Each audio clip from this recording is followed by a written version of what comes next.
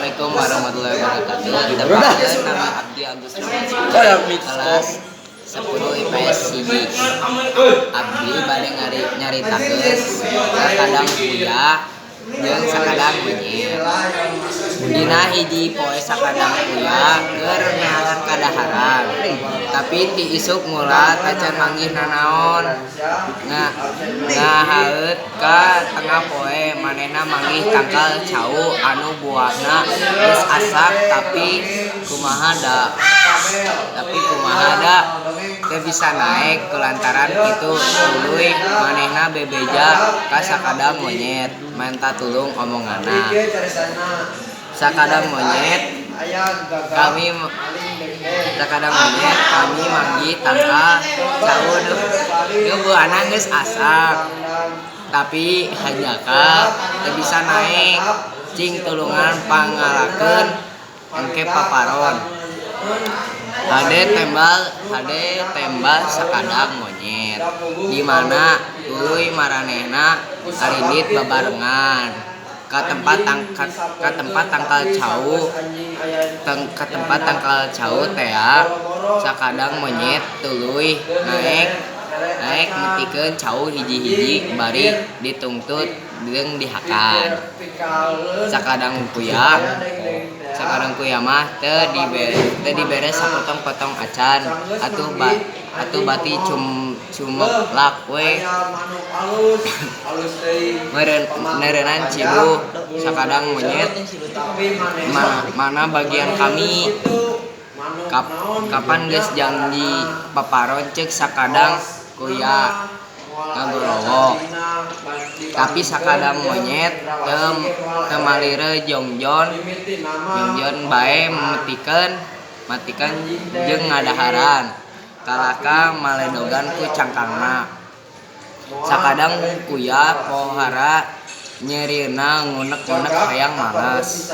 Dina hiji poe sakadang kuya indit ka kebon juru tani ngala cabe nu geus arasap warna beureum ngala genep nu galedeg ka tembong bangun araranis. Manehna indit nepungan sakadang monyet warna dipulas ku pucuk capek cuplak ceplak cara nu geus barang dahar geunah.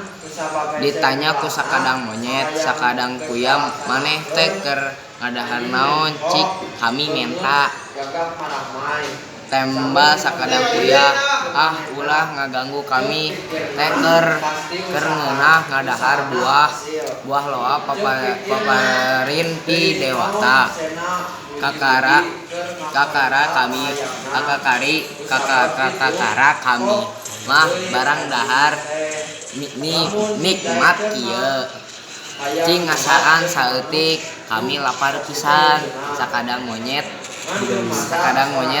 lumaah lameh mentang malameh padahal eta milik kami. Hampura bae atuh anu geus mah sing karunya ka kami ku hayang ngasaan buah loa paparin dewata omna rengas geus nya ari maksa-maksa teuing mah tok bae tuh nyokot deket tangkal cacaringan deui tapi ulah dibeakeun kabeh sesakeun keur kami saparona. Sakadang monyet pohara atoheuna gancang lumpat rek nyokot buah loa paparin dewatan tea lantaran tabetna hanya jeung sarakah manehna embung henyesakeun kabeh dibawa lumpat di tengah jalan raus bae didahar nepi ka awahing kulada jeung panas.